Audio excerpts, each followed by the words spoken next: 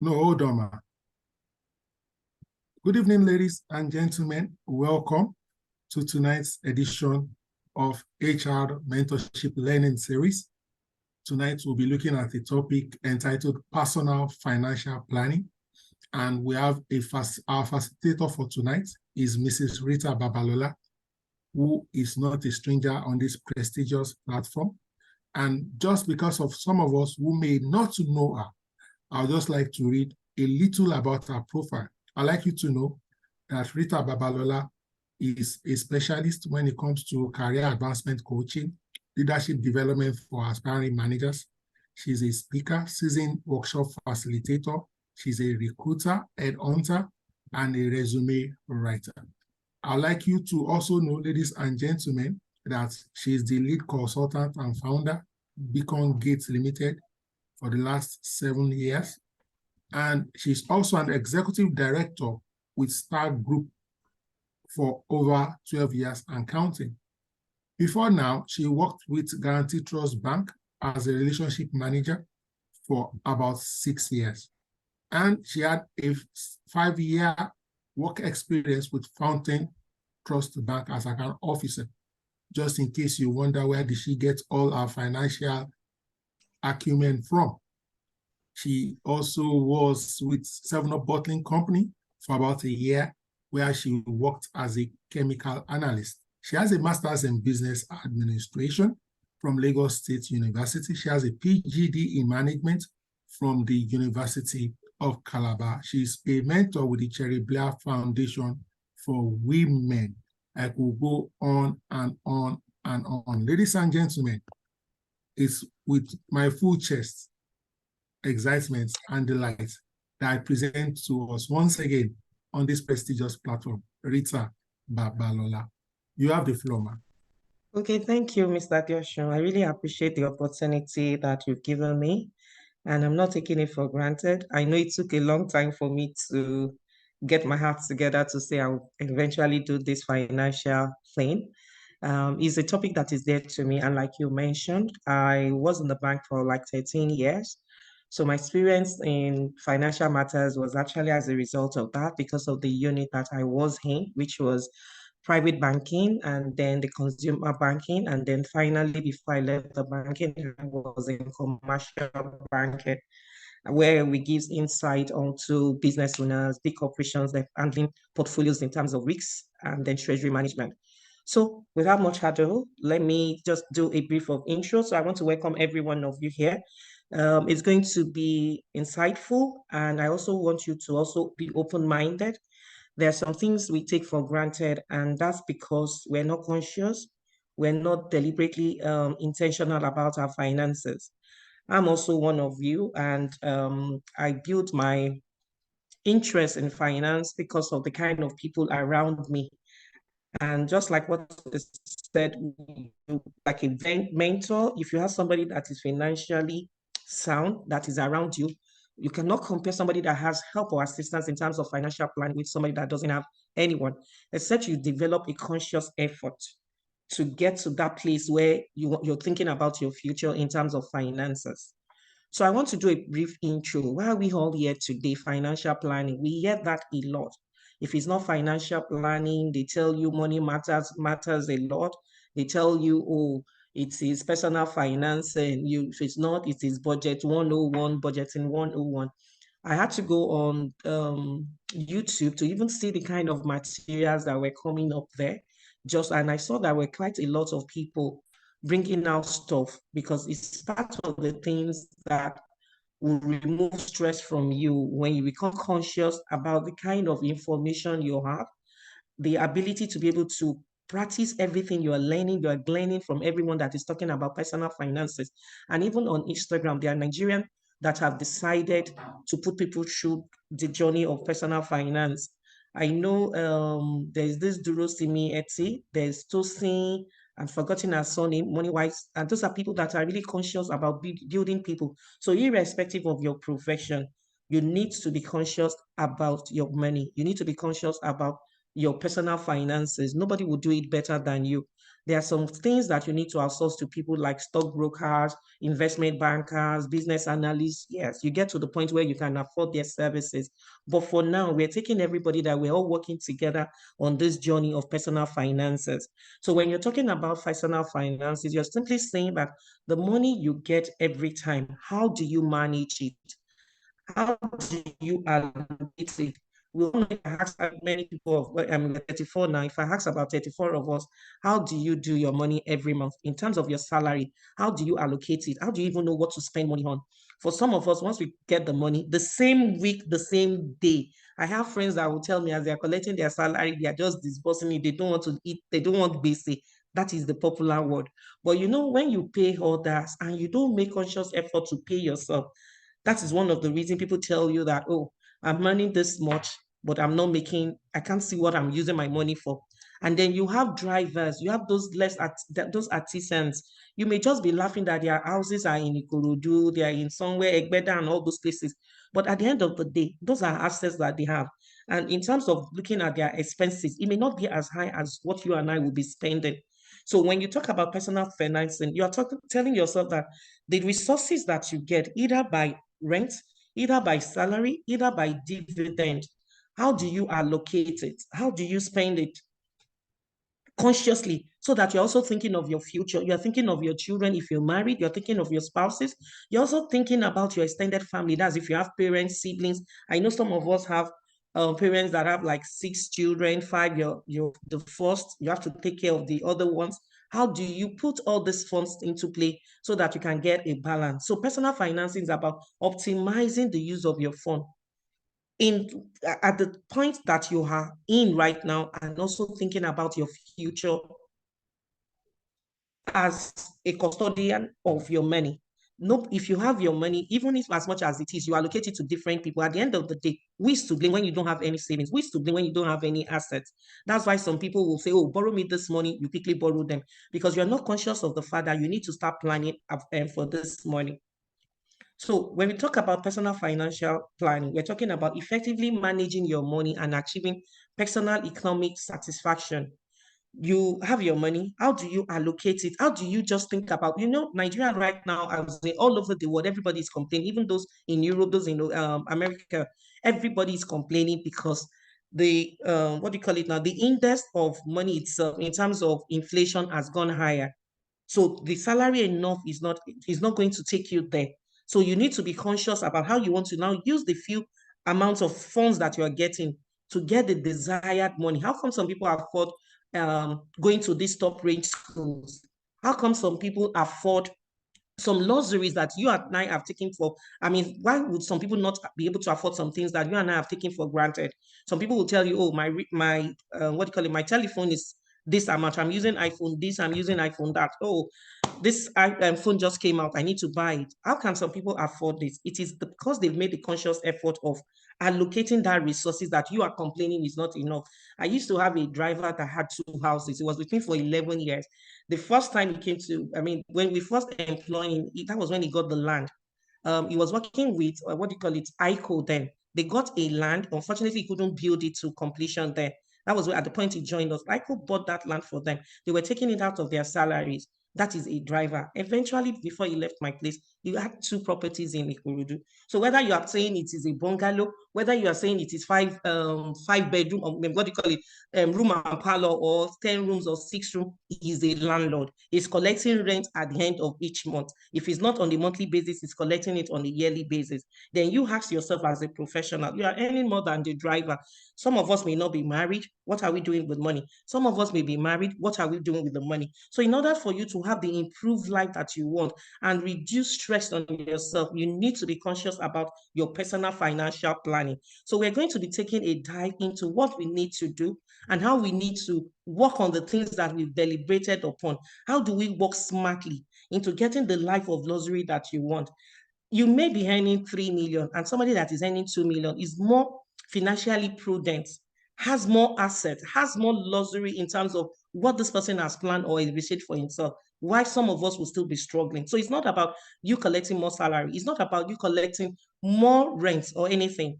So we're going to be looking at, sorry. So this is the order of my presentation in terms of introductory and everything, definition, elements of money, how do you manage money influencer and things like that, income influencers. So the key consideration I tell people that you need to be conscious of these savings, number one thing. If you're talking about financial planning, the first thing you need to be conscious about is savings. You need to pay yourself first. And saving is about what you own because it is yours. It is what you have set aside at every periodical time. It could be end of the month. Some people could say on a quarterly basis, this is how much I want to put down. You need to be conscious of your savings. So savings is key. Then how you borrow money. I tell people that it is not a crime to borrow money. It is what you use the money you borrow for. What do you do with the money? If you borrow money to get a land, if you borrow money to buy an asset, honestly, it is not a problem. It is how do you do the borrowing? Is it from, what would I say? Is it from places where they are charging you high commission, high interest rate, or those institutions that are already entrenched where you get low interest rate because you're bagging properly? Or the fact that you're going to all this finance home where the interest rate is as high as 35%, interest rate is as high as 30%. Because we're not financially conscious of our decision, we tend to think that borrowing is crime or is wrong. No, you get to a certain stage in your life, you need to know how to plan it out. The savings, the borrowing, your income, the spending out. The spending is for some people, you collect the salary, oh, I'm paying this one, I'm paying this one. At the end of the day, some people get to the middle of the month and the salary is done. It's done and dusted. They don't even have any savings. They don't even have it anywhere. And for some people, as soon as they earn that money, they pay themselves. They make a conscious effort that they need to prioritize savings. So for you to have equilibrium in terms of, sorry, I was just trying to, okay, for you to understand and manage your money efficiently and effectively, know the four considerations that you need to put in terms of your finances, and that's your savings, your borrowing, your income. That is what determines what comes in. If what comes in is not enough and spending more, then there's going to be a problem. That's when you call it like a finance deficit. But when what is coming in is more than what you're spending, then you're good to go because you're making a conscious effort to put it in borrowing. I mean, you put it in savings, you're putting it in investment, you're also putting it either to do a project. I was talking to somebody earlier today and she's told me that, oh, she's doing a project and that somebody offered her a land. And that's how, because if you've saved enough, when those opportunity comes, they offer her a land of about 50 million. And that's because it's an old property in Surulere. She's meant to raise it down and build something that she wants on it. But the good thing was that they wanted at least a 20% of that money. It is because she has saved a bit of it. She was conscious about saving. And then they told her that she could spend the remaining in 18 months. It was like what you call a distress sale. So we need to be conscious of opportunities that may come our way. But because we're not conscious or consciously prudent enough to even write some things down about our financial matter, our financial planning, some of us run into murky waters.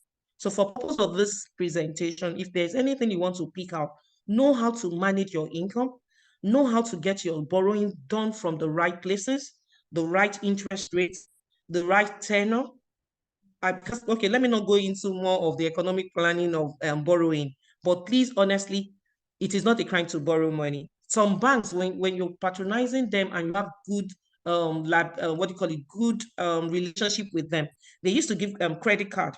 You have a credit card that you can use after some certain period. You're meant to pay down on it. If you get to a certain stage of the relationship with your bank, you can request for it. 1 million. There are little things that you can do with that kind of money. And then we have financial planning elements. Number one, I tell people, assess the situation. Where are you in your financial journey? Where are you in your career journey? The person that has worked 5 years and the person that has worked 10 years and the person that has started working in less than 6 months cannot be in the same place. It shouldn't be the same thing that somebody that is in 5 years of working as a career person and somebody that is a 10 years, whether as a business owner, whether as a professional, or whether as an employee, it's not the same thing. A journey a thousand miles starts from somewhere. So if you want to be conscious and financially prudent about your savings, then all you need to know is assess where your current position is. When you assess your position, then you can always plan and look at the long-term effects. I tell people it is not about where you're going alone. It is also about where you are, so that you don't unduly stress yourself because you've set up a goal that is not achievable, that is not even what you can work with, and then you give yourself undue pressure. And when you have undue pressure, you begin to put yourself into psychological problem, health issues, health challenges that begin to come in. You will not be able to sleep because you are not managing your funding right. You're not managing your funds well. So number one priority is for you to assess your position. Where do you want to go? How do you want to go about it? Should I start saving? Should I start investing? Let me adjust myself first. How much am I even earning? Is it even enough to take me through my month's expenses? Is it enough to serve me and my family? Is it enough for us to live on? So when you assess yourself and you feel your salary is not taking you anywhere, then that means you also need to start thinking of other things that you can do as there's somebody that is on LinkedIn that follows me, Kayode. I think he does all this AI thing, teaches people how to do videos and things like that. Look at your own personal traits, your personal gifts. What else can you monetize? So you need to know how to assess yourself, and then you begin to adjust. Then number two, review the numbers on each category. If I want to plan a budget for myself, if I need to plan anything about finances, I need to review the numbers. I need to I'll show you what I was working on earlier for someone, and then myself too. The beginning of the month, I'm always like looking at the numbers. Maybe because I'm a business owner, and maybe because the way I have been wired, I tend to look back and then look forward to okay, what could happen in this month? What are the needs that will come up in this particular month? So that when October money comes in, I know how to prioritize them. It becomes easier as you begin to do them on a daily basis. You may not have the time to develop a plan, but if you're conscious about it, there is no way it won't all balance at the end of the day. I didn't start from where I am right now, and I'm going to relate a bit of the story that brought me to the consciousness of financial planning. So when people say, oh, this one owns a land, this one owns this one, I have 3 properties, I have this one, I have this one. Some people are disciplined themselves. So it's not easy. There's nothing that is as easy as you deciding on your own, because that's number one order for you to know that you need to be conscious about planning about it. I took this particular session for another group about a month ago, and then we came together where we wanted to be doing monthly ajo. Could you believe now that some of us have invested 100,000, 80,000, 50,000, 40,000, 30,000, 20,000? And like I told them there at the other group, I said, look back now. Maybe if you had been taking this particular session then, some of you would have loaned the money out to friends. You may never even be conscious of you getting back the money.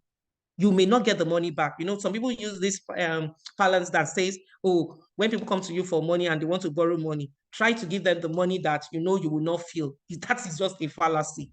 Whether you will get it back, you will not get it back. If you're conscious about it, I'm not saying don't give people money, don't borrow people money. It's also a certain percentage of your money that you can devote for that.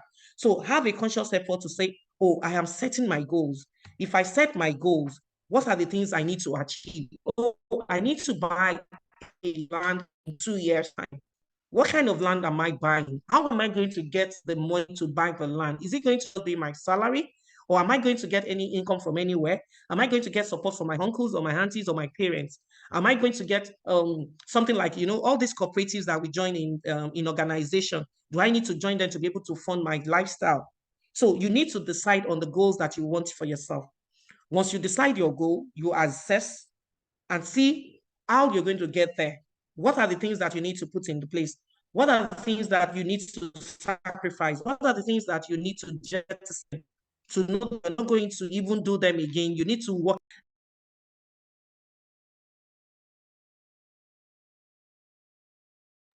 You need to unmute, ma. Yeah, sorry, I've seen it.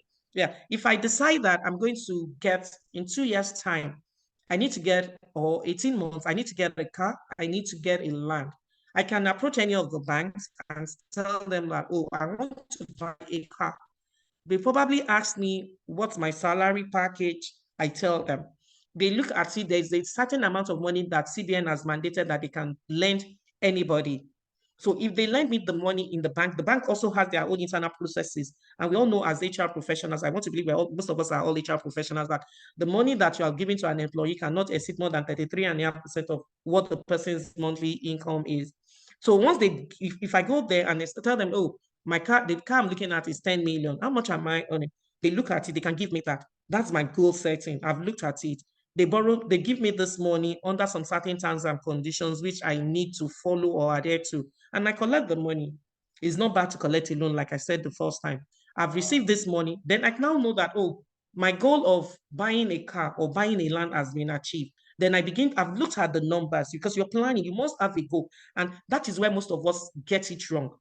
When I started my journey, when I started working, I know the first time I got working, I met someone, and this is the way I met the person. I was looking for a job, and I had a friend that we were very close in the university. So he came around to my parents' place. I wasn't at home, and then he was like, my mom just told him that, oh, I've not gotten a job. And he said, oh, that he was going to come and see me the next day at my place. Then there was no telephone. We didn't have all this GSM then. So he came around, and then he took me to one of the they used to call them auditors in the bank then, chief auditor, chief inspector of a bank. And then they told me, oh, you're going to write a test, blah, blah, blah. So, but we went to his house. And then by the time we got to his house, like all his family members were out. They traveled out. And then I said, oh, what would you take? I said, oh, I'll take water. I said, go to the kitchen. By the time I got to the kitchen was like, like I shouldn't even go to the kitchen. I don't want to say anything about. Let me just say that it was that bad. The smell coming from me, because his wife and the children had traveled out for summer. I washed the plate, and he was stunned. And he said, oh, he has never seen somebody like me, like a graduate coming to somebody's house for the first time. I went to the kitchen, I cleaned it up, I did everything. And that was why he took a liking to me. So I got the job through his help. But why I'm telling you this story was, by the time I got my first salary, he called me. He said, Rita, my friends, I know this is because it was his friend he introduced me to. That was how I got my first job. So by the time I got there, he now said, oh, I know you would have collected your salary. What are you going to do with the salary? I said, oh, I'll buy clothes. I'm just start working in the bank. I'm going to buy my clothes and things like that. I don't have new wears. People wear fanciful clothes. This is what I'm wearing. I need to change my wardrobe. And I said, no, Rita, that's not how to do it. That I should take my first money, take it to my parents, let them take what they want to take, which I did. Then he called me back again on Monday. Then we had this, I call it Mobitel and all this desk phone there. And then he called me and he said, Rita, okay, so what's the balance of the money? I told him. And then he said, oh, come and see me in my office. I was in marketing, so I went to his office, and then he told me, okay, this is what you're collecting. How much are you going to save? I just looked at him, save. Did I tell him I was going to save? I said, sir, I'm not saving anything. The first 2 to 3 months, I need to buy shoes, I need to buy bags, I need to buy this one. And he was like, no, that I must spend a certain amount of money on myself. I look up and him, I'm like, you don't know my family, that I have siblings that I also need to put some money down for my siblings in school. And then he said, no. In fact, we were like debating and struggling about it. So that was the first conscious effort somebody put me through. And he said, oh, you need to devote this particular amount of money down. That the money would never be enough. That he has been working for how many years? This was somebody more senior to me. And he was like, this is what I needed to do. So of course I argued. The first month I didn't do anything because the money was not even enough. Second month I didn't do anything. The third month he called me again and said, no, you must put something down. And by the time I went to see him the third month, what I saw was that I should wait. And the next thing was the stockbroker.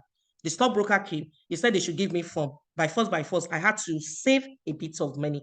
And that was my first conscious effort in saving. That has helped me also.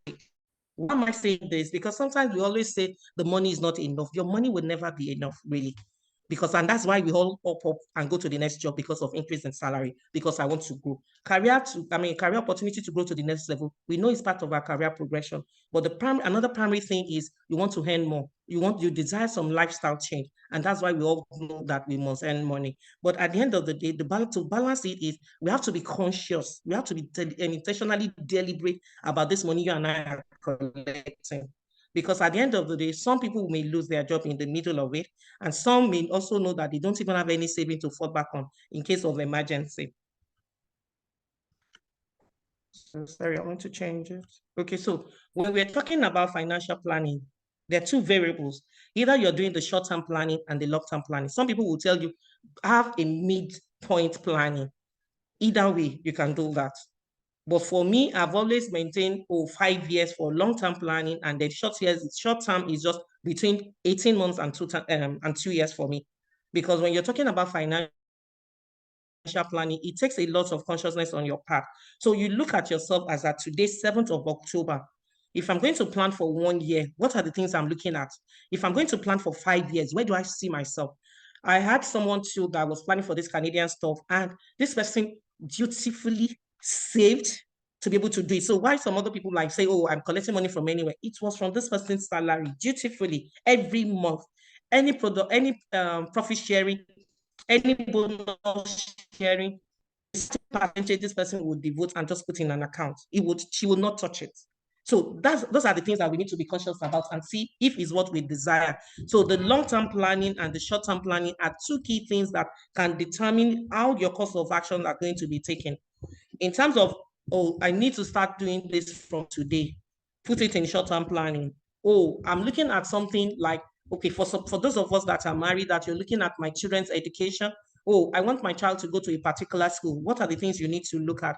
And we know in Nigeria, school fees, we don't do some school fees don't do on a monthly basis. But you as a parent, you already know that by January, by April, by September, you're going to pay school fees. So you won't wait until those periods start saving. So every month, what portion would you put in your account for this purpose? So that's why we're saying the savings account, I mean, the short-term planning and the long-term planning. There are some things, you know, oh, on a yearly basis, you have to pay rent. It's your short-term planning. You have to pay school fees, short-term planning. Oh, there's something that, oh, I need to budget for my parents because they are old, health consciousness or health plan. But you know, in Nigeria, the HMO, I think so, once you cross 70 or 65, no HMO will want to take any parents on. So those are the things that you need to look at. Then the long-term plans, I want to own an asset. If I'm not getting car, I won't take car as a long-term, depending on your age. Car can be a short-term planning or a long-term planning on the brand that you want to buy for yourself. So financial, if you don't know where you're going, you might end up somewhere else and not even know it. This is an old saying that we all know, that if there is no goal setting, we always lose our balance, we lose our focus, we don't even have any foundation to stand on. And then the financial instability comes up. When there is a problem, that's why sometimes I've seen key managing staff that have been on C-level, when they lose their job, honestly, come and look at 1 year, even 6 months after, you begin to doubt them. You begin to look at them and be thinking that, oh, but this person was working in this organization. How come that they can't afford the car? Sold the car. They've moved from you. Then that's when you will now know that they rented that big, luxurious apartment that you have been eyeing yourself. And at the end of the day, 6 months, 7 months, 8 months, 1 year, they don't have a job. You and I will see the difference in their lifestyle. That's because they were not conscious about financial planning and they were not conscious about goals. We know goals. We'll get to the part where we need to think about SMART goals. And then for 6 key things that I want people to do from today is create a budget for yourself. How do you create a budget? You look at your expenses. You look at your income. You look at those things that are every month you know you must do it. Every month you know you must pay telephone, whatever, either recharge card or your data. Every month you know you must do, I don't know, in some places you have to do water. In some places you have to do PHCN. You know you must pay bill, NEPA bill or PHCN bill. What happens again? You know you must eat. Then what is on this, they call them recurring expenses. There are things that you know at every month you must buy, grocery, housekeeping allowance. You need to create a budget. And then there are some expenses that are just one-off. Oh, something spoiled in the house, you need to replace the water heater. Something spoiled in the house, you need to replace the pumping machine. Oh, something happened again, the washing machine is faulty, it needs to be replaced. Oh, the refrigerator is not working, the AC is not cooling again. Those are things that comes up periodically. So you need to be conscious about those line items when you're creating your budget. And your budget can be things that you can always review according to your income and according to your expenses. Then you set your financial goal.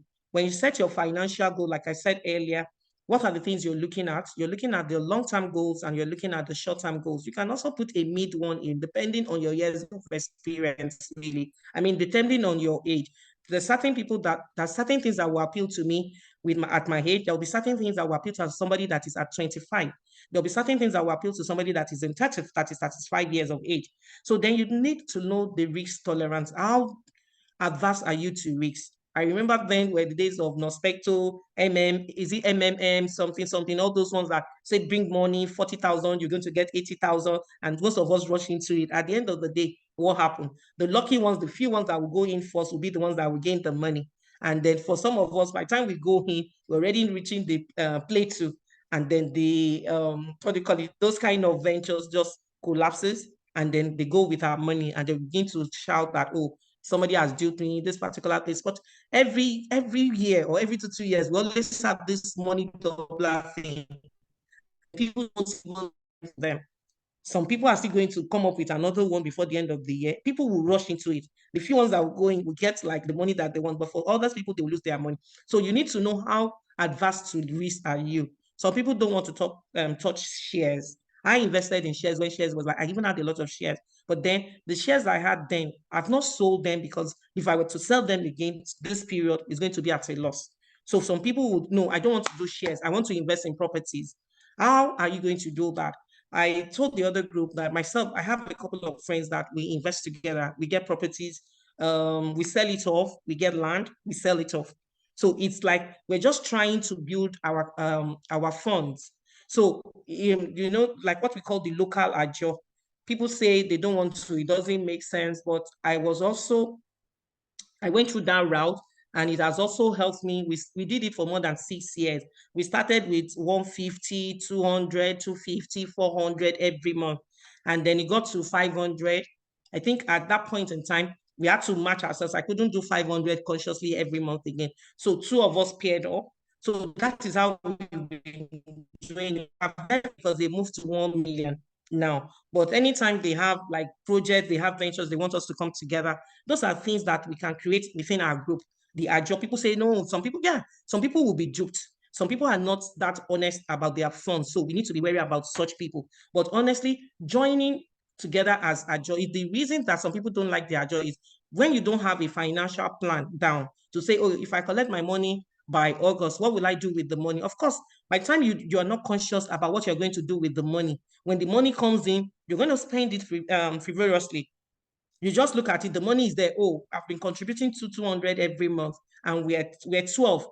That's 2.4. For some people, they will use it to pay rent. For some people, they will use it to pay school fees. I've seen friends that will pay a year's school fees of their children for this agile thing. So people come up with needs. It's just how we manage information and the kind of people you surround yourself with. So coming together, oh, I can part with 70,000. Oh, we have 5. At the end of 5 months, it's 350. So you pick in January, you pick in February. Honestly, if you have what you do with it, those are funds that comes in like a lump sum that you can honestly do with something worthy in the house. You know, if you and I are saving 20,000, 30,000, sometimes it's not substantial for you to get things done. We all know the rate of inflation in Nigeria right now and what the cost of living is quite high. So when you come together and you're saying, oh, we're 100, I mean, we're 10, on 10, 100, like from 10 people, that's 1 million. Some people can pay rent from that. Some people can make down payment for certain assets. So we need to be conscious about how we are going to invest it. Some people say, I cannot do it because I don't want to be duped. Some people will go with the money at the end of the day and then you cannot recoup your money. It does happen. But know, like I said, know your risk tolerance. Then work out and implement your financial plan.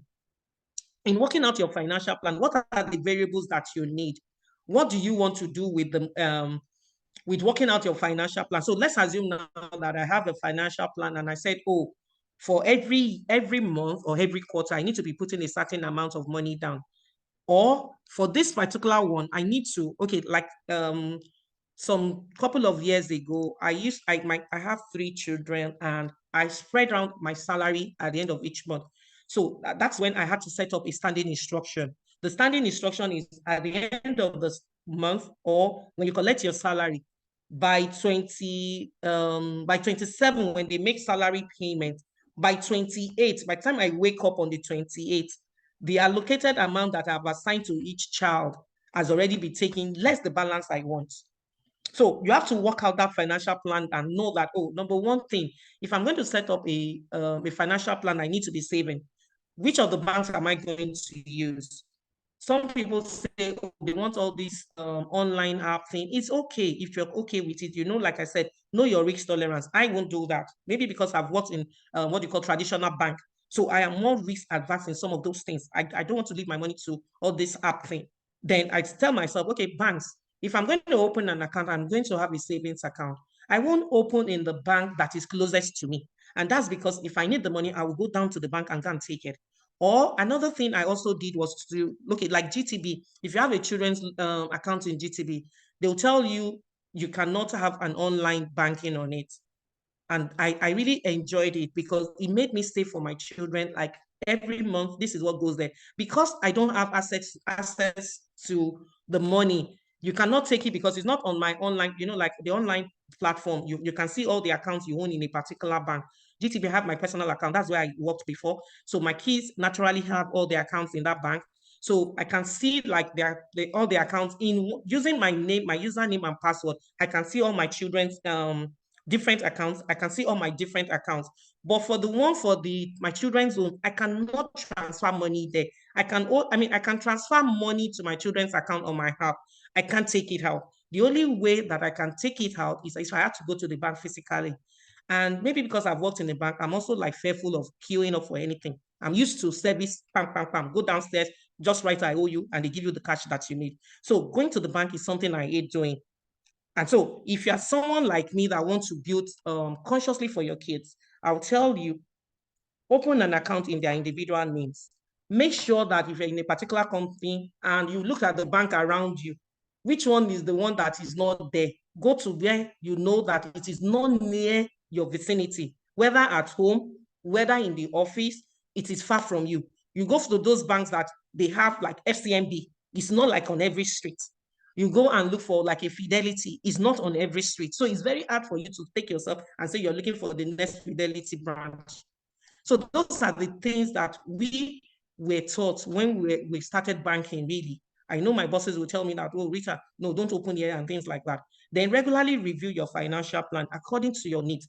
If you've budgeted that for your standing instruction with the bank is going to be 30,000, but then all of a sudden, cost of living has gone up, you can always review it. Don't tighten yourself and say, it must be compulsorily, it is this amount that I must stick to.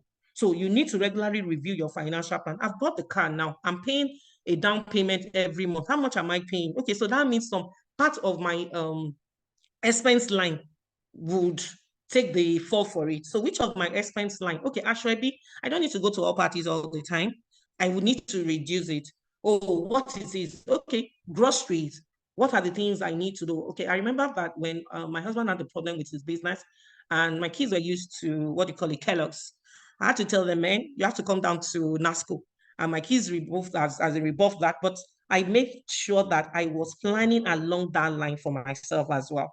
So I remember the person that comes in, the gardener, and was like telling me that I needed to increase salary. I was just looking at increase salary, or I'm going to ask you to even stop. You don't even know. Those are luxuries that you need to look at around it. And that's why he's always saying, assess your financial situation. No plan is cast in stone. No plan is there for you to just put there and just write for life. Bam.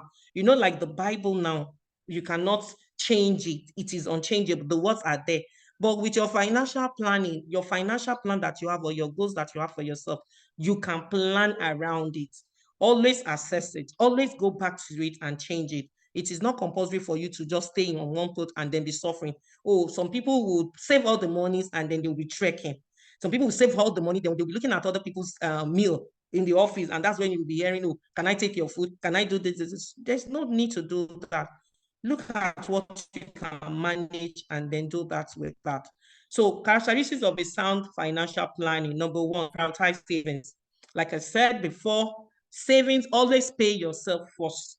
That is the golden rule of a worker. Don't come and say, 27th of the month, I need to pay for security, I need to pay telephone, I need to pay this.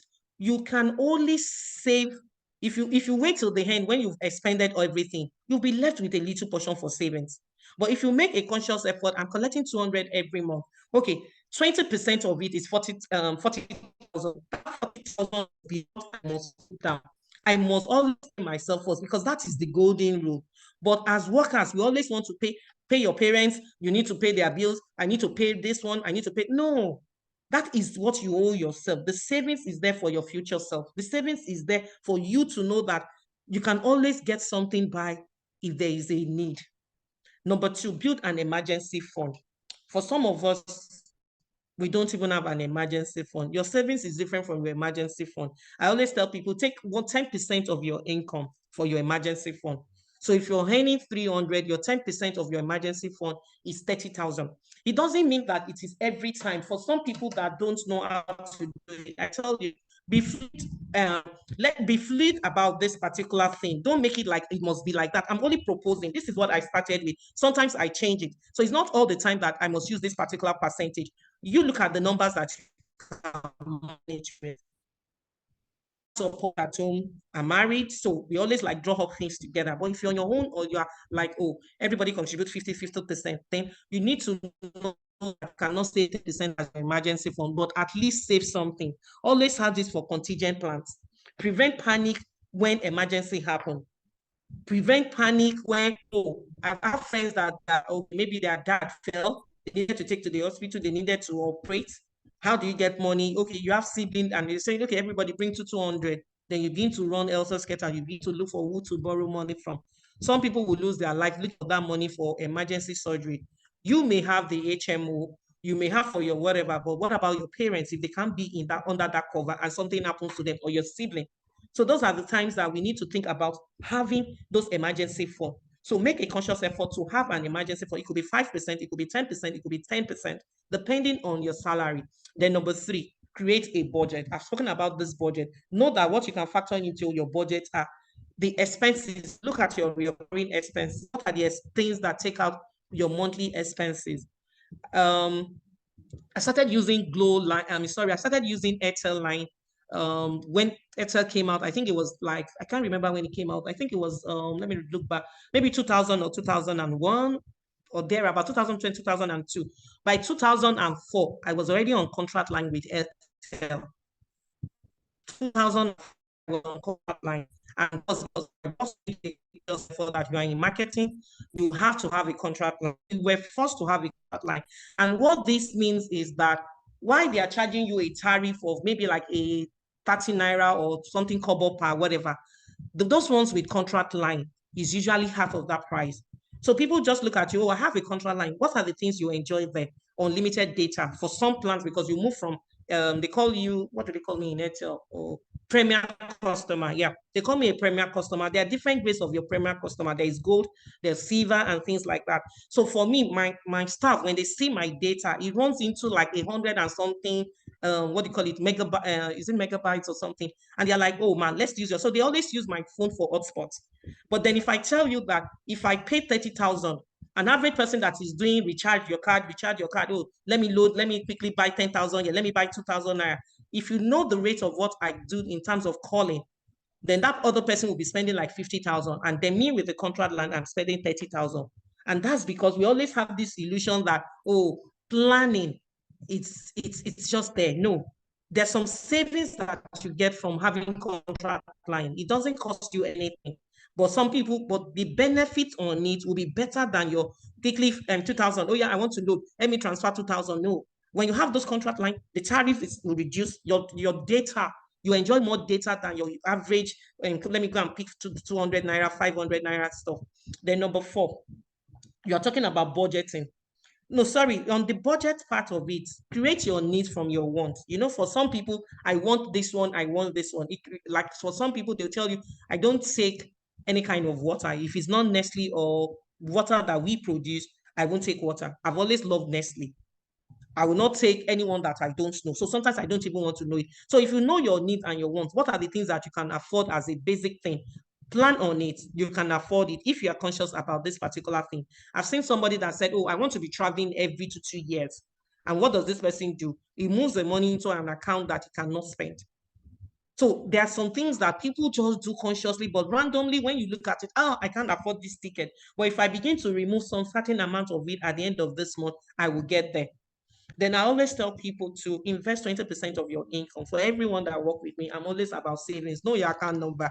I always tell them, cram your account number and just know what you want to save. 20% of your income is what is due to you. You can pay 10% as tithe, but minimally or minimum, save 20% of your income. In as much I've seen people that tell me that for tithes, they move to 15, to move to 20%. For your income level, if you feel 70% is much, start with a 10%. A little step here, a little step there, you get to the promised land. Like I said, just last month, I took this particular session with another group. Already, we're already saving like a local ajo for ourselves, and we want to buy shares. So that is how consciously that people can be about their finances. If I look at what I've given them as my home portion of it at the end of the month, I think I paid this week. If I look at it, somebody will come to me and then I'll give out the money to go. You know, when you open your DMs or your phone now, what you see is, please, I need something. Can you give me 2,000? Can you give me? So you just be seeing people with different needs. But when you know you've paid yourself outrightly, there's no way you want to go and remove it. I have people that once they put money in mutual funds, they cannot break it. So you put money in your investment. Then you're talking about diversifying your investment. Rent, like I said, some group of friends, but maybe some of my friends, we came together. There are some things we hold together. There are some things we invest jointly, and then we get rent from it. And then if we decide to say, oh, let's sell the land, we sell it, you take your own, you take your own. Your reality comes from you having some like, what do you call it? Like copyright to certain things.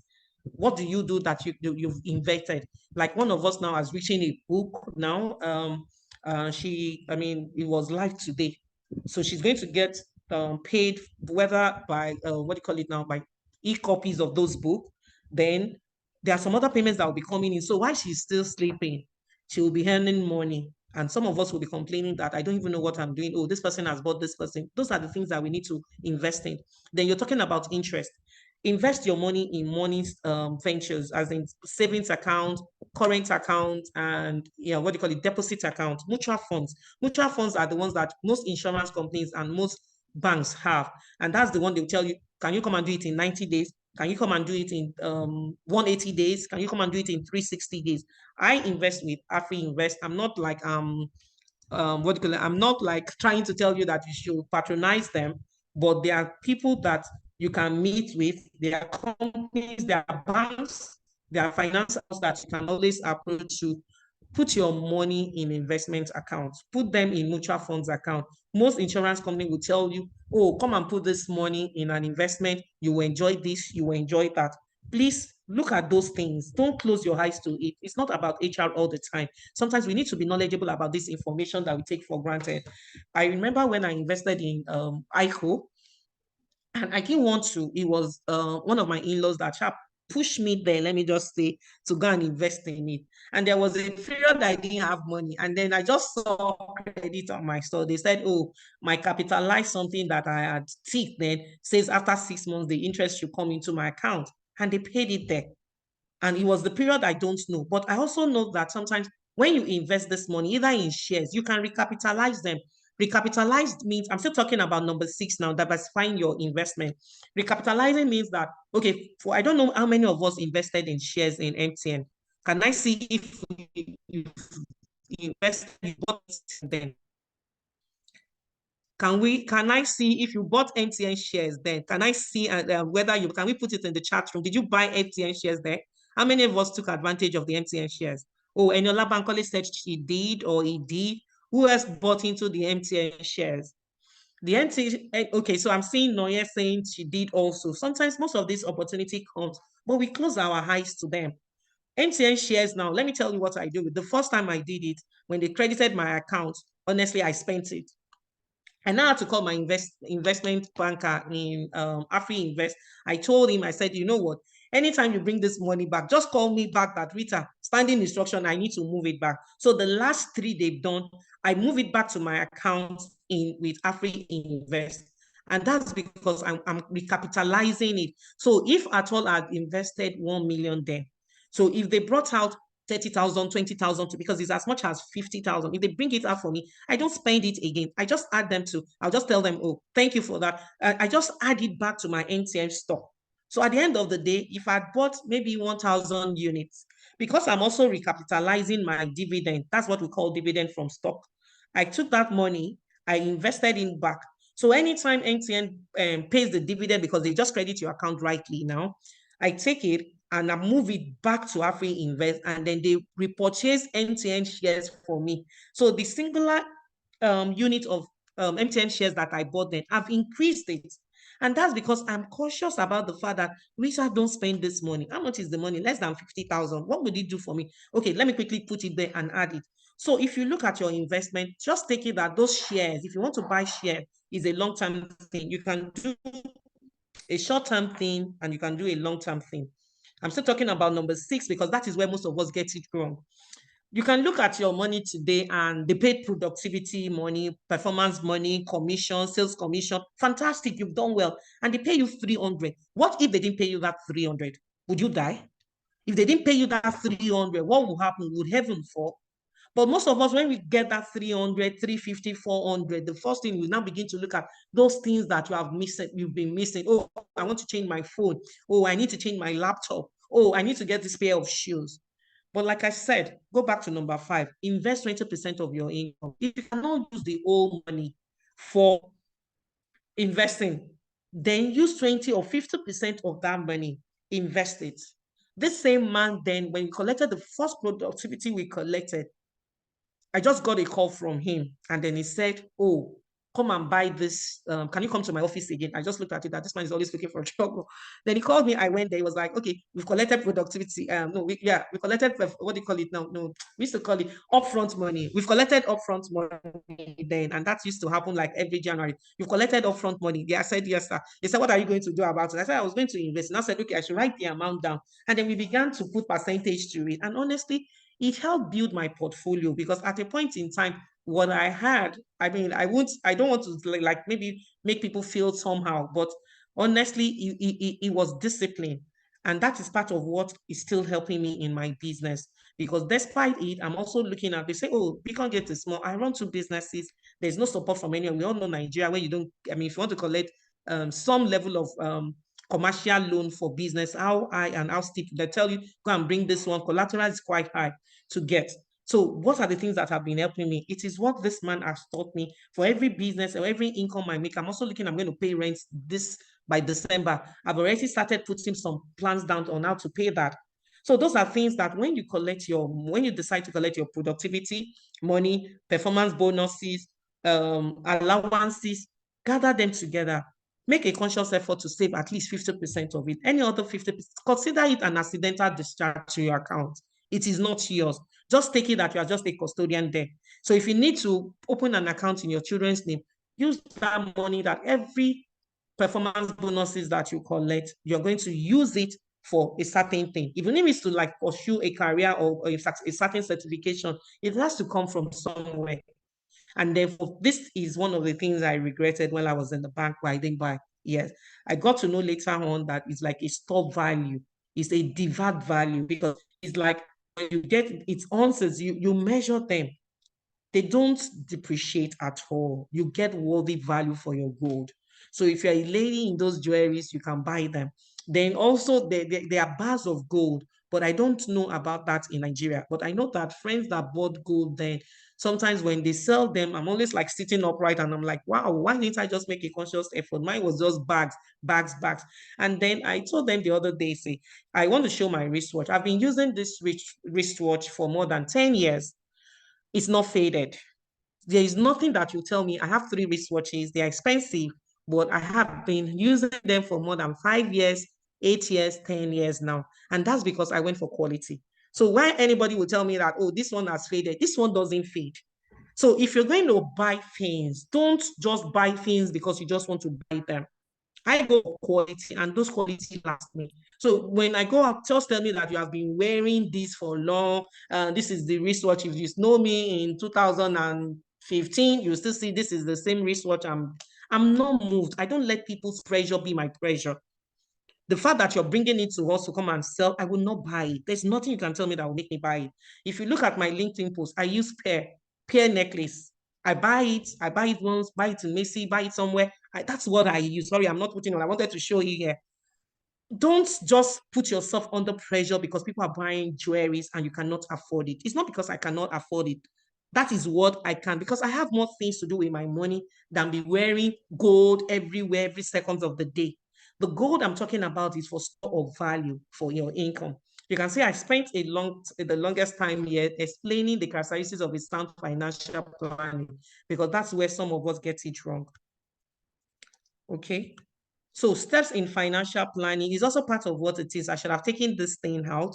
It's just a repeat. Set clear goals and objectives. Know what you're planning out. Gather relevant information. Like when MTN came out, people were drumming it WhatsApp. And I told some of the people that worked with me then that even if it's 50,000, even if it's 100,000, please buy. Some bought, some did not buy. But I can also understand that we have different needs. Same time period for budget. That's why I said, oh, you could have a long-term budget. You can have a short-term budget. Then evaluate your current financial status in real time. This is what I heard. Mobile is earning a certain amount of money. Esther is earning a certain amount of money. Esther is in a different organization, works in oil and gas. I'm working in a one-man business, and this other person is working in a bank. We all know that the financial status are not going to be the real. I'm married with 5 kids. You are not yet married. This one is married. You have just to set realistic expectations for yourself. Information that you're going to get, look at the people that are giving you that information. And that's why I said sometimes you need to outsource this. Get stockbrokers that knows their onions, not those ones that you don't know. Just because you and I have said, oh, do people come to me, oh, which share should I buy? I also get financial information from people. I took that as an opportunity. And for when I started with that man with shares, when I got moved to Airport Road in GT Bank, when I got moved there, I was trying to open an account, Guardian. I'm just sharing personal story, Guardian newspaper. And I went to them and I wanted to open the account in GTB. Eventually they did. But then there was this particular man. He was the one that introduced me to this, my present stockbroker, up to one I'm using now. So when I got to Guardian newspaper, I had left the former bank I was, the man that started me with the financial planning thing. When I got to Guardian newspaper and I met one of the editors, my salary was way more than this guy's salary. And honestly, by the time I saw his stock statement, or more, I could not help but to ask him question. So that's why sometimes when you get there, information. Some people, the way they dress, we just like disregard them. You size them up and just say they don't have any, they have nothing to offer. The stockbroker I'm using was from that man, and that is as far back as 2006 or 2007, and I'm still using that same person. So when I got there, I was open, like a relationship, you do cold calling, and then some certain people, you gel with them. There was cordial relationship between me and this guy. And for now, I don't even know his name again. So I met with him one day and I was like, okay, come and open your account. We want to open the cooperative account. We want to open the staff salary account. And then they were like, okay, come and meet this person. And when I went to him on his table, he was trying to clear something and he was like, I just saw his shares statement and I looked at it. I've worked in the bank for 4 years or 5 years then. And I saw it and it could not pair, or I could not even compare it. So I had to ask him that, sir, how are you doing this? How come your shares? I was like this. I had to apologize because I looked into his personal information, but he was willing to share with me. And he was like, oh, I have a stockbroker. Every month when we collect our salary, this guy is always coming to me. Oh, there's this Zenith has moved up. This is this. And I told him, please, can you introduce me to this person? And that was how I started, apart from that other one I did, because that one was by force. It was like, they was always compelling me when they know there's productivity, there's performance bonuses and things like that. But this man, they made it very interesting for me. And I moved on to this man. And that was how I started my journey on financial planning with this man. Okay, creating a savings culture. Set a goal for yourself. I kept on saying that. Create a system for making consistent contribution. And that's why I use the word of the AJO. You can use AJO. If you don't use AJO, you can have a standing instruction with a bank. Have a standing instruction with a bank, do AJO. Or if you're also a deliberate saver, you can also be conscious about it and know that you will not spend any money that move from one bank to the account. Then open a dedicated account, prevent as much as possible prevent yourself from having an online banking on it, because that is what will just the low hanging fruit for you is for you to have the online banking app on it, because once you have it, when you need money, you quickly tap on it. Then once you open a mutual fund for kids, you can tell them, oh, it's a mutual fund for 3 years, for 5 years, and things like that. You don't touch it. Then there's another thing I've started doing like about 3 years ago. I opened a domiciliary account for some loose fund of money. I just convert it to dollars and they pay into my domiciliary account. There's no way dollar can go down as much as it is. So I pay into a domiciliary account, and that is how I also monitor my inflow. When I have this money, I push it there. Then another way to create a savings culture is also to have a voluntary pension account. That is, you meet your pension fund manager, tell them you want to open a voluntary account. Most of these pension people, they call it voluntary contribution, VC. Just tell them you want to open a VC. So if they are deducting something from your salary every month, you can tell your HR to quickly add you that you want to be adding extra. If the HR says no, or the HR unit says no, you can set it up with them. They will always do a standing instruction with your pension fund people. Just tell them, oh, maybe they are deducting 25 from your salary every month. You can say, oh, I want to put additional 7,000 or 10,000 down. They take it, set up a standing instruction for you to have an enviable and an enduring account. Set up a standing instruction so that you don't say, I've spent the money. Regularly, the bank will deduct. In fact, I was telling somebody this morning that the standing instruction I did for my kids, once I move my money to GTP now, all the backlogs, if anybody should make a mistake and just transfer 300, honestly, before midnight, that 300 has been moved to cover all the standing instructions that I have missed. So I tend to avoid GTB's account now. That's because I don't want to go there to remove the standing instruction. I just use it as a savings. If I want to do it, I just move it there and then it just transfer according to the standing instruction. They always monitor your progress every day. So what are the things that influence your income in terms of how you save? Is your education? You say you earn as much as you what do you call it? You earn as much as you have trained yourself. Your income is a function of your savings. So if your income is not more, there's no amount of talking that will make you save more than what you want to save. Then career type, people in oil and gas, their salaries are like quite high. Somebody called me today and said, oh ma, thank you for all you've done. I've gotten this job, an investment analyst with another fund managers. Their entry salary is quite high. So those kind of careers, you cannot compare with somebody that did accounting, his OND, bookkeeper, and things like that. So those are the things that determine how much of your income you can really save. The place of employment, we also know that most SMEs don't pay as much as the telecommunication, the fintech, the banking, the insurance. So those are the things that determine your income and then also determine the level of the amount of savings that you can also place in the bank. So I just did this for you to know. Then also skills and talents. What talents do you have? Can you talk? Can you speak? Can you facilitate a training so that when you work with other like-minded people, when they are training, they just call you in. Oh, please come and speak on this particular training for me. Oh, how much is it? Then you can negotiate with them. Oh, I can take 50,000 for 2 hours or 1 hour, depending on your level and what you are willing to share.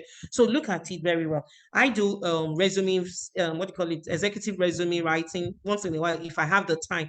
And honestly, I charge them $100, $150. That's what I charge for executive resume, whatever.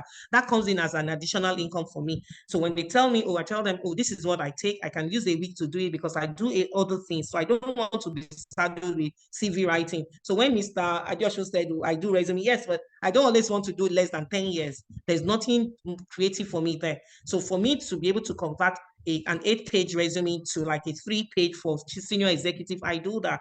And then minimum, depending on your level of experience and what you have handled in terms of your portfolio, then it's between $100 and $150.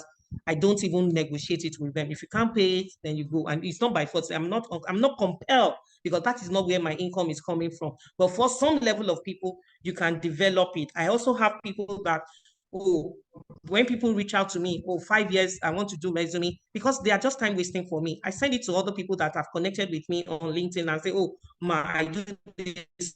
Once I have it, I'm like, don't spoil my brand. Can you do this? And I send it to them. So those are things. If I want to do, I can collect brokerage from them. I'm just teaching you ways where you can make more money for yourself. And then you can collect brokerage from me. But I don't do that because I'm also using that to encourage those young ones to come up in the and in their profession as well. So what else do you do? I mean, we know there are freelancer, there is Upwork, there's so many things that people can do now to monetize their skills. So look at it so that it can also influence the level of your financial comfort as well as in your future. Then economic conditions. We all know what is happening in Nigeria. How many of us can afford to be saving consciously every month? So when people come to me and tell me, okay, how do I manage my finances? And I said, okay, if I look at what you are earning, I said, okay, can you do it on a quarterly basis? Don't push yourself to say this is it. So if you know you've not saved money in January, February, March, wait till March, even if it's 50,000. The thing is to start with something. Don't look at Rita's Zone or Mr. Yemi's Zone and say, okay, because they told me they are saving 200,000. Me too, I want to start, and because you're collecting 250. But your needs are different. Sorry for my influencers. That's particularly wrong. I apologize for the misspelling there. So look at the economic conditions of what you have and then look at it very well and then be able to prioritize what it is. By the time you balance, there must be an equilibrium between all this. So if you're not at a very fantastic working place and you know your salary is small, what other things can you add? Can I write good articles, write blogs? Those are the things that you can also be a ghostwriter. So those are things that can come on that you can also use to boost your income and your earning power. Personal financial control, discretionary spending. Okay, so this is what I used to do then. Discretionary spending.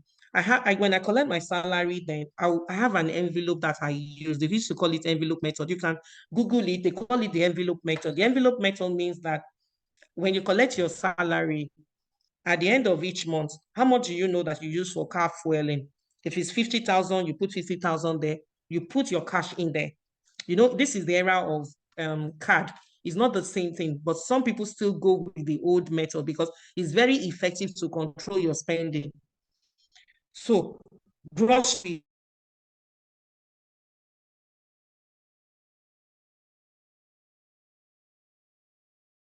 Those are the everyday spending. So once you finish the envelope, nobody, no Jupiter, no Pluto can come to you to ask you for money. Once it's done, it is done. So you'll be able to control how you're spending money, because once the money finishes in that envelope, just know that the budget for that month has been exceeded and you don't want to go out of tune with it. Then think carefully about major purchases before taking the plot. This is for most of us, especially ladies, where people bring bags, earrings, shoes, clothing to us, and then we say, oh, I want to buy, can I pay 3 times? Can I pay 4 times? Those are things that take your funds away.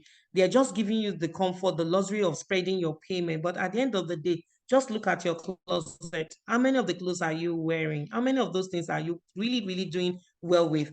And then even for the guys to gadgets and things like that, you have to think carefully about major purchases. So I tell people that, okay, what you do is once you see it, just move away. In 3 days after, 2 days after, ask yourself, did you miss that thing? Do you want to go back to it and check it out if it's still there? Do you even look at the needs? So separate your need from wants. We'll be able to tell you what you actually need. There's sometimes I will go out there and I want to get some things and I just look at myself. Do I really need it? Will the kids really need it?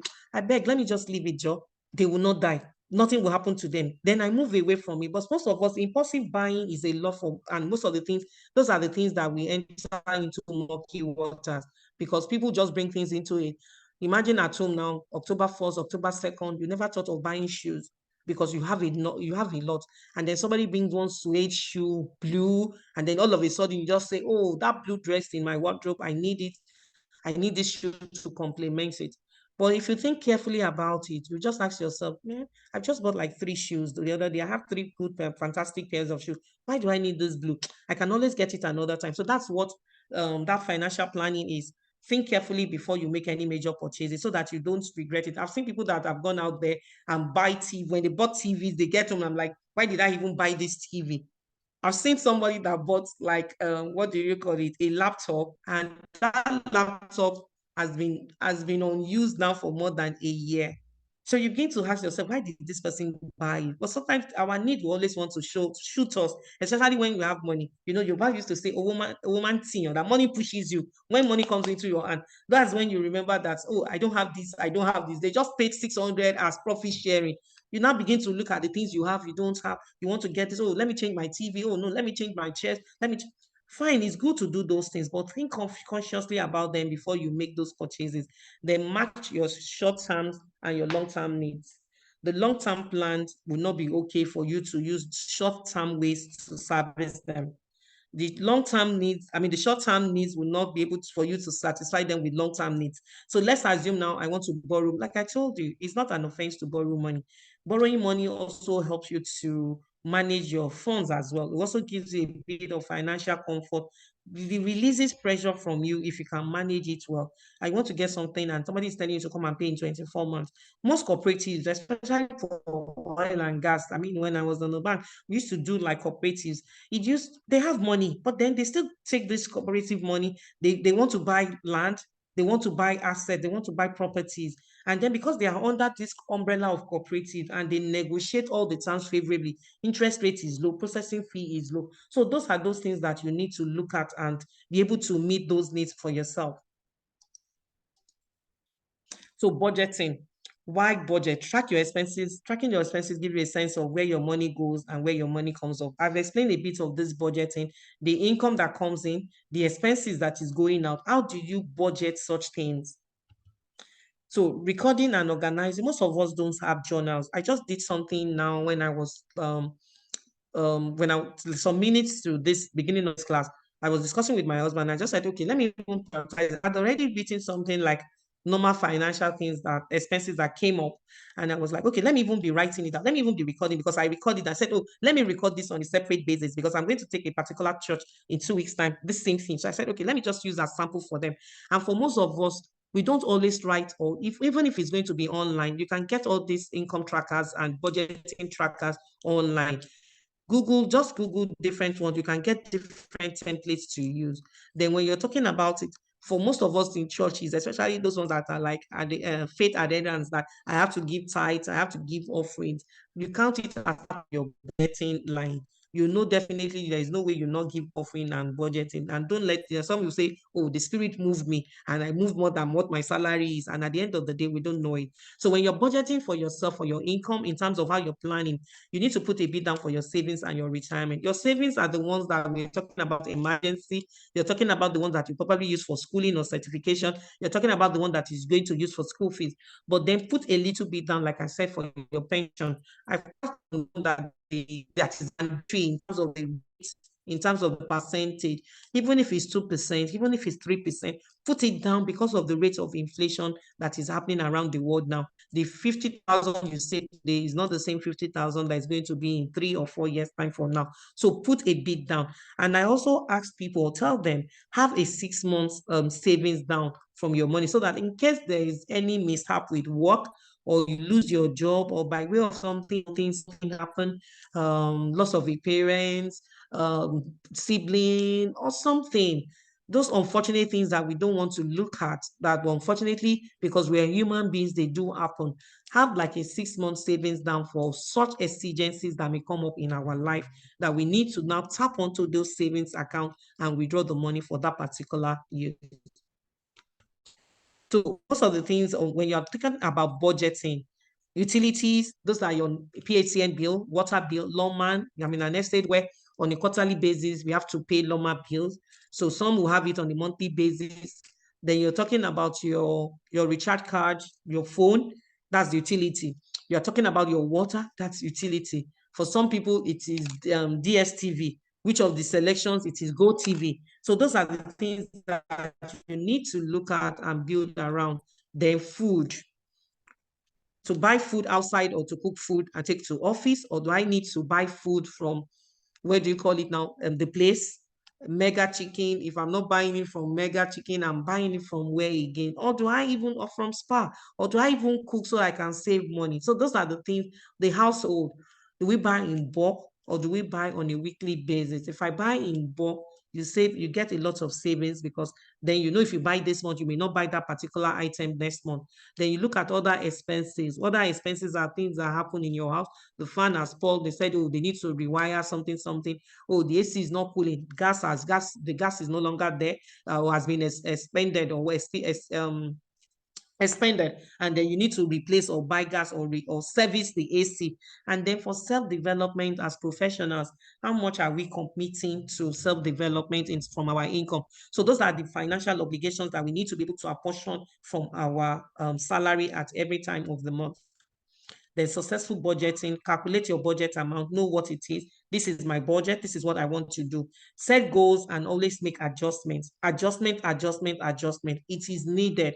Don't say because I have started with 30,000 every month. That means that is what I will need to. What if your husband should leave you? Would you still be doing 30? So you need to go back to the drawing table. Oh, what if the cost of living, the landlord has increased rent, so it's going to affect a bit of your parameters, your financial figure.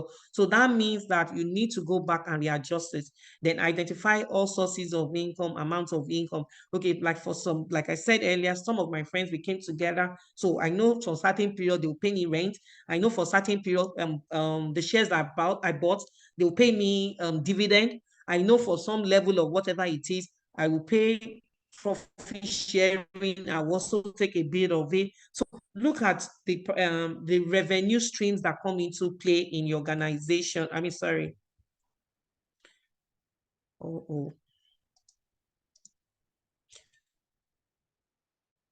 I'm trying to go back myself. It's moving higher than what it is. Okay, so that's sorry.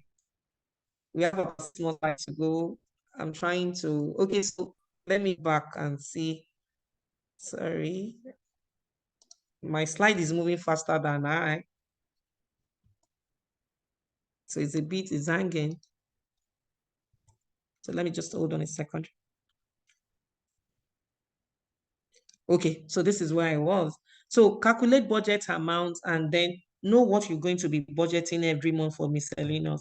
There's some of my personal expenses that are fixed, like my children's swimming, gymnastic class, music, whether by force or by fiat,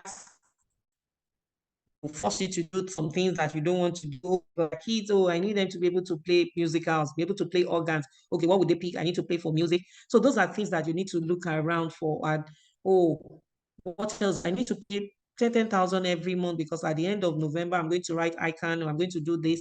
So those are things that you need to plan for. So you need to be prepared for it and make calculated amounts at each of the months that when you collect your salary, this goes there. And if you can't do it, do a standing instruction. Like I said, standing instruction will help anyone to be able to manage their finances because you don't need to go there physically.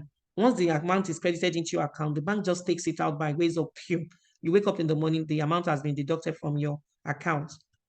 So the difference between the savings and the investment account, the savings are usually for short-term deposits, and because the interest on it is usually very, very small. You can see my third paragraph, savings earn a low interest rate as they work for you. Yeah, you're sleeping, your money is earning a bit, but it is not as much as the investment. Investment, there is a risk of losing money. Like when I bought shares, then I had shares of, let me not say the amount, but they were quite significant.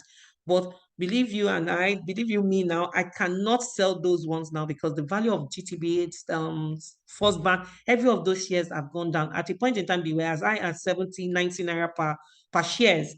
But now they are less than 30. I think GTB is about 30 or something, then First Bank. So it has really, really gone down. So if you want to be invest, you usually invest for a long time. And then some of these stocks, you wait till, like I was telling the other group, if your name is in the register, they call it register of shareholders or whatever. When the name is in the register, by April, May, most of the banks will be paying their dividend. Then you collect dividend on the money that you have invested in them. So you can also invest in bonds. Some banks come out with bonds for you to invest in. The fund they posted, the federal government too also has its bond. There's this Muslim bank too that also has this bond too. So you look out for those bonds too. And then for new fintech companies that are coming out, they call them seed capital. You can invest in those fintech one before they go to the market. When they start trading their stock or whatever, they get venture capitals, the stock value goes up. And then you can always tell them to sell off your own portion and then invest in another one. So you invest in this particular fintech, maybe you invested 2 million. They've not gotten venture capitalists to invest in them. They've not gotten this angel investor. So they are still sourcing for money. So maybe the value of your 2 million is 0.0% of your shares. By the time they go for reevaluation of their stock or their shares, because venture capitalist people have bought into the company, like all these Paystar, Cowrie and all those things. If you have the opportunity to invest in them, invest in them.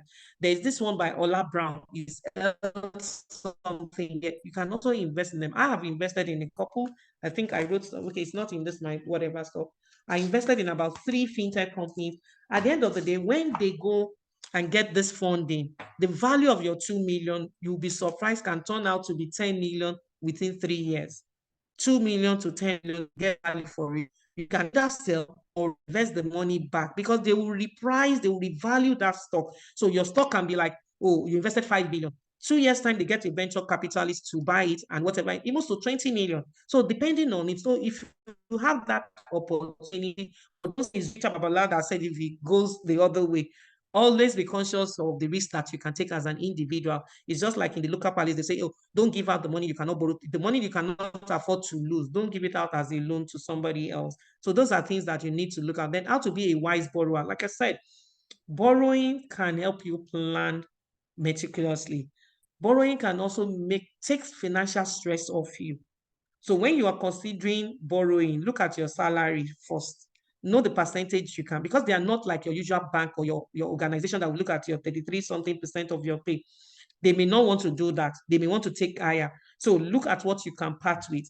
Then use credit card, the lending aspirity. That's what I said. Because I don't always want to hear stories of the lending apps. I don't know how CBN regulates them. This is a personal decision, is a personal opinion here. So I wouldn't know more about them and I don't want to go into details. I use the traditional bank. I can get a loan. I was telling someone that, oh, I have a GTB loan that I use for my business every 6 months. Once I pay down on a monthly basis, I take it back again every 6 months. It kind of free my cash flow a bit. So look at it. Look at the terms they've given you. If you need to be paying back every month, if it's a quarterly repayment, please pay it back. Because we now have like this credit bureau where they put your name, Rita Babalola, in the credit bureau. They all funding, all they will know whether you are a bad borrower, whether you are someone that they shouldn't borrow money. Okay, a microfinance approached me maybe like about 7 months ago, no, less than 7 months ago, probably May or so. They said they wanted to make me a non-executive director. They told me to submit some profiles, and then they said we had to fill a form. They called it guarantee and investment, statement of network form. I filled it, and they said they were taking it to CBN. So those are the things that you need to be wary of. And they asked me, do I have a loan that is not performing? Do I have any bad record in terms of I've taken loan from a bank? And I said, no. They did their due diligence, and then they said, oh, I've been cleared from one hand, but there's still another thing to clear because it's a microfinance bank. Though financially, decision had to be made about the character, the integrity of the person, as well as the profile, as checking it out. So why am I saying this is that if you collect a loan and you don't pay, most of us just just lose sight of why when we take loan that we need to pay most of the money and return it back on due time. But if you can't pay the amount and you can't pay on time, honestly, write to the bank that you want to defer, you want to spread it, you want to your tenure. If your tenure is 1 year and you cannot afford it, honestly, write to the bank for 18 months. They will do it. But the mistake we do is we miss this first month, we do the second month, and then by the third month, it has increased, and then we run away, we don't want to pay it. Always ask the bank for concession. They will do it, either the tenor or the interest rate. Interest rate may be difficult for them to change, but the tenor, they can always elongate it 6 months to 1 year, 1 year to 15 months or 18 months.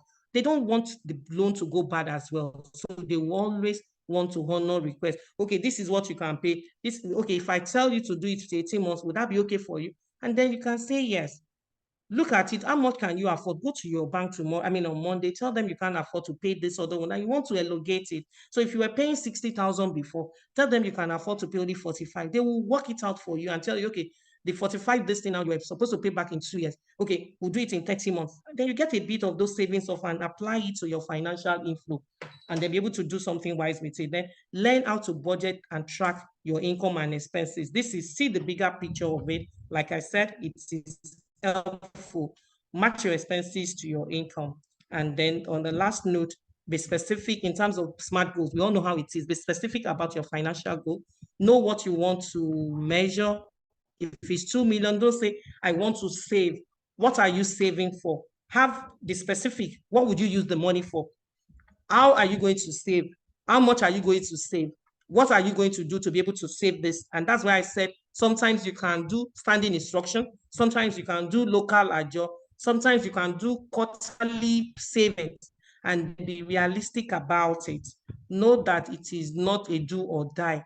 Know that it is not for you to suffer yourself, and don't eat, be trekking, and because you don't want to save, by the time you start trekking, there's no way your work quality would not be, would not be impacted upon.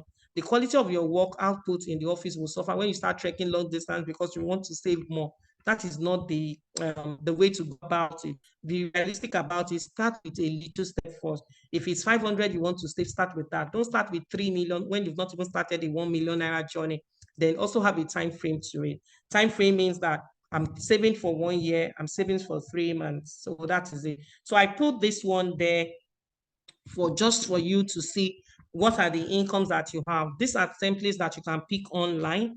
I did income, salary. Salary is the money that you expect every month. The rent can come in periodically. You can amortize it to other income. So then look at the expenses now. You have a budgeted amount because that is what you are thinking of. But actually, this is what comes in at the end. You can see the difference 000. But then if I'm matching it now, my mortgage or my rent. So if you're somebody that has rent million or 120, 1.2 million, you know that means that on a budget basis, 100,000 from your salary needs to be going to fuel that. So while you may not pay it on a monthly basis to the landlord, there must be a dedicated account that must show that this rent of 1.2, I don't have to wait till December. I don't have to wait till January or April next year to be able to pay my rent. Then I'll not be running helter-skelter to pay rent. But on a conscious effort, that's why we're calling it financial planning. On a conscious effort on a monthly basis, start your rent, you already know it. Then you start putting 100,000 down every month. Then also maintenance. What are the things that you use your money for in the house in terms of feeding? I won't say feeding. I'll probably say what are the things that we have as extra in the house that comes in once in a month. You know, washing machine got spoiled. This one is what has happened again. Oh, the heater is not hot again. What do you need to replace? Then taxes were already taken up from the office because it is what is your due. Your income of your salary is already net. So I will take out the taxes, your insurance. If you have insurance to pay for probably a car, electricity, whether you must always have light, you must pay for something. So PACN, you have to pay. And water, like water bill, if you stay in some estate, you need to pay the water bill. Then gas, you know, I don't know how long your cylinder gas will last. On a monthly basis, appropriate those things in place. Then your phone, how much you spend on a monthly basis. Those are things that come in. Then trash is the normal one. We pay 15,000 every quarter. So amortize it, that will be 5,000 every month. Then grocery, this is what do you eat. Then entertainment, one way or the other. So I just did this for us to have a synopsis of a general family expenses that we can keep for ourselves, so that these are the things that you budget for. But at the end of the month, your projected beginning of the month, you can do this simple analysis. Then at the end of the month, you come down here and tally it up. So sometimes what I do is I look at my alerts from the bank on my phone, and I begin to fix it in. I'm like, okay, this one is for this one, this one is for. So at the end of the month, I know if I've gone above it or I'm still within the time frame. I mean, within my own financial plan. So I think that's about it. Thank you, everybody, for your kind attention to my talk today. Thank you. Mr. Diosho, I'm done.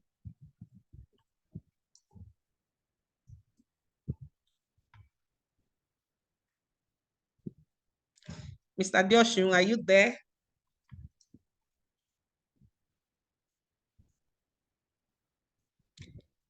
Let me see, Mr. Diosho, is he there?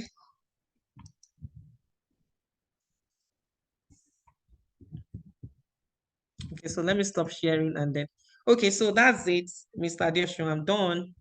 Thank you. So I can take questions. Mr. Diosho seems not to be here. So if you have any question, I can take some question now. Thank you. Yeah, so thank you very, very much, Ma.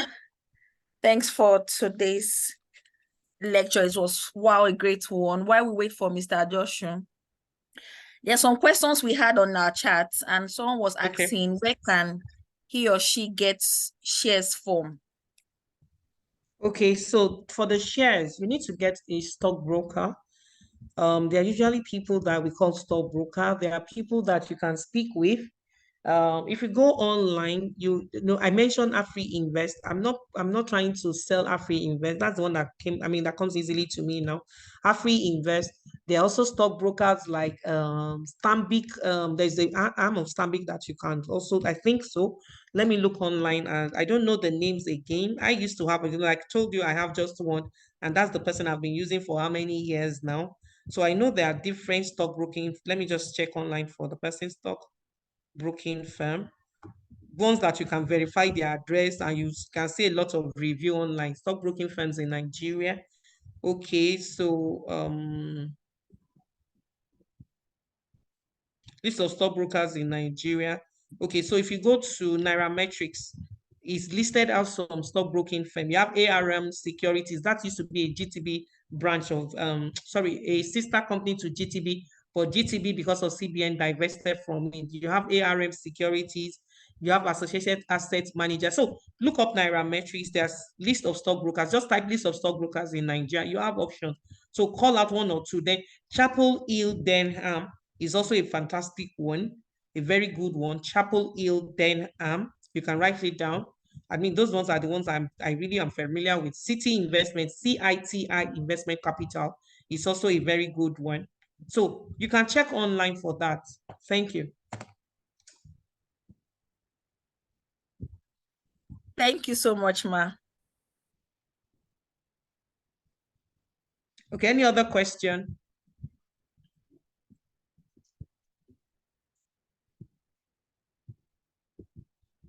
Any other? Okay, let me read there and see if there are questions. I used to be a prudent spender and a big saver, but marriage, I'm starting again. For Lashade, don't worry, we're in the same shoe one time like this. There's nothing wrong with marriage, or you just have to be determined. Do you understand? Start with little things. Start with something. Okay, there are two people raising up their hand. Start with that little thing, even if it's 5,000. Start it. 5,000 times 12 is 60K. So start with something, honestly. So don't becloud yourself. I mean, don't reform yourself and say, oh, this is this marriage. Yeah, marriage is beautiful, but sometimes, honestly, we forget ourselves too in it. But there's always a learning curve. Start again. No harm in starting all over again. Yeah. Okay, so I have Yetunde's hand up. Yetunde, I will ask you to unmute now. You have the floor. Okay, all right. Thank you, ma'am. Thank you so much for this evening. It's quite detailed, and I could relate with everything you said. Because I work in a stock exchange firm, so I could definitely understand everything about the stock exchange part.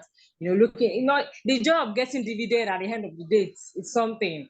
And just like I always advise most people that have a separate account that your dividend will come in, not your regular account that you always spend from.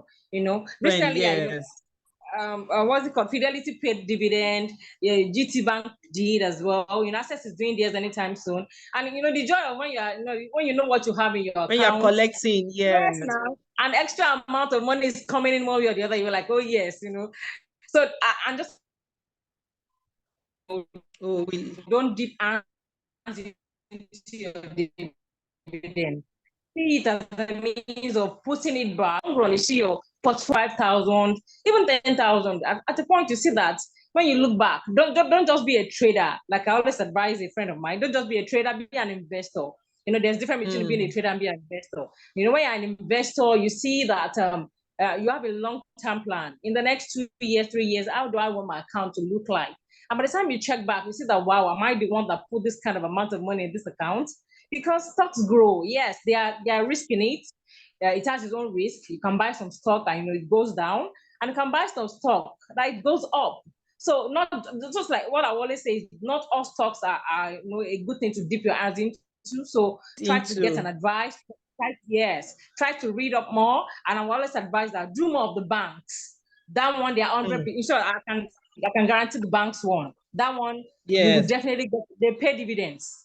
Not all of them won't pay, but banks, Access, GT, all that, they pay dividends.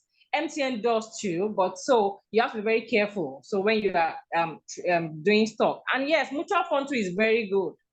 It's quite good, and also bond. It's also a good way. Yeah, bonds and mutual funds. Yes, you're right. Bonds and mutual funds. Yes. Yeah. And those are things that for long terms, especially the bonds and mutual funds, they're things that you can lock up for a year, 2 years. Just even that's why I tell people that when you're starting, don't go and put those high figures that you save 2 months and then the third month you want to go and crash it. You want to go and because you stress yourself. But if it Yes, was so just those little yes, money yes. that you can just close Because your one eyes thing away. is Yes. charges of people selling. Yes, yes. Because when you're selling, there are charges on it. So you see that at the time, the stock you have, you feel that it's a good sale. By the time you sell it, you now see that your return is quite small because there are some charges that will be deducted on this thing. So yes, let your taken from it. portfolio build and all that. So thank you so much for tonight. I really do appreciate. Thank So you, I Yetunde. just like you're mentioning a stock exchange firm. So mine is also we are at Marina, so you can always reach out. So thank you. What's the name? Okay, since we already have somebody in house, what's the name of your company? Okay, that's Fortress Capital. Fortress.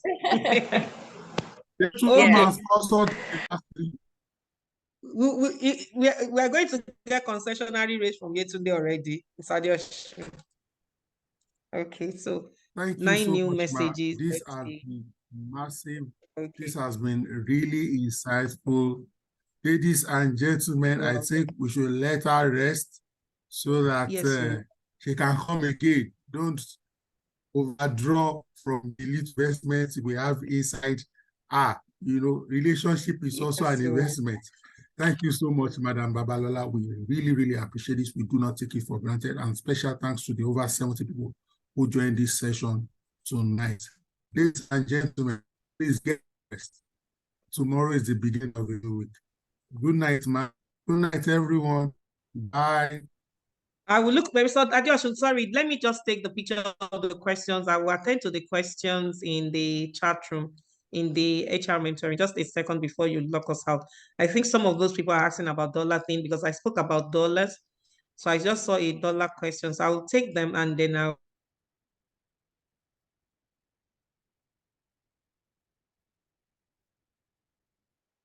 still respond if you want, ma'am. You are muted. Okay, so what I said was that I will, because some of us have left already, I'm going to take a screenshot of it and then I'll take it on so that every other person would get insight from it. Do you understand, sir? No problem. Thank you so much, ma'am. Yeah. So I'll just answer them later.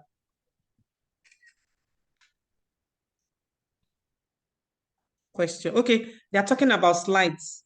We usually send slides to you, right? No problem. Thank you, ma'am. Okay, sir.